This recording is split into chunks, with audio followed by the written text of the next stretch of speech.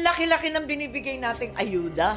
Nakita natin sa SOPA, nasa 206 billion ang social protection. Nung dumating naman si Senator Ralph Recto sa kanyang macroeconomic presentation, mahigit 560 billion ang sinasabi niya. Kaya kung ganyang kalalaki ang binibigay natin sa outright ayuda, ano ba naman na magbigay ng konting tulong sa mga magsasaka na nagtatrabaho? Kaya't yun ang sinasabi ko, i-convert natin yung iba dyan sa sahod, sa sweldo na may dignidad, may konting respeto naman tayo sa mga nagsasaka.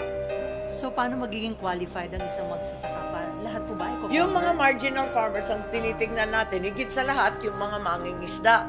Sa klima ngayon, halos buwan-buwan, sinasabi nila, bawal magpalaot, hindi pwede lumabas, may gale force wind, at paano naman yan? Tapos sasabihin pa natin na tayo ay overfished. So, napakarami talagang problema sa agrikultura.